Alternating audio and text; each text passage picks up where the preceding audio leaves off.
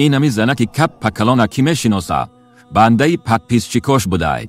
یک مردی بیگانه براش نوشته که نه نمیشوه او خیلی ماشین من عقب بفرو و تو به تیز زوری بد میشوه. البته در درون ماشین تو داده ولی او پیرخر معقل نشیده.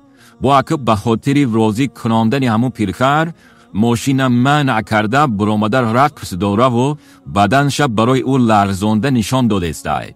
با در روی نوارش نوشته که خواهش پک پیسچیکای ما واقعا خیلی غلام و کنیزی فرمانبردار بوده.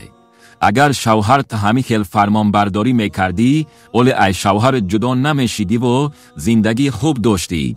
ولی با این همی کارات باز اگر شوهر داشته باشی وای بر حال شوهرت که او را دیوس و بغیرت کرده. از روی وجدان بگو مگر همین کار تو غلامی و کنیزی نیست؟ واقعا شما کنیزی پک پیسچیکاتون شیدگی این.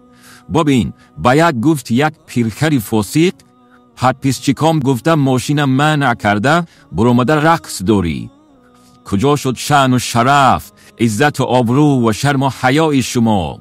باوری دارم با یک گفتن کتی برای شوهرت همی که رقص کردگی نیستی. واقعا این کار شما ذلت و خواری و پست کردنی شأن و شرف زنهای تاجیک است. مردن همون مرد بهتر است که از این همی که زنهای به حیا طلب میکنن که رقص بکو ایتاری بکو و تاری بکو. شما با مثل ویروس جامعه را فاسد کرده. جوان مردانی تاجیک پیش راه این خیل مردان و زنانی به حیا را بگیره ورنه اینها آینده ملت فاسد میکنن. اینها شأن و شرف مردان و زنانی بناموس ملت پست میکنن.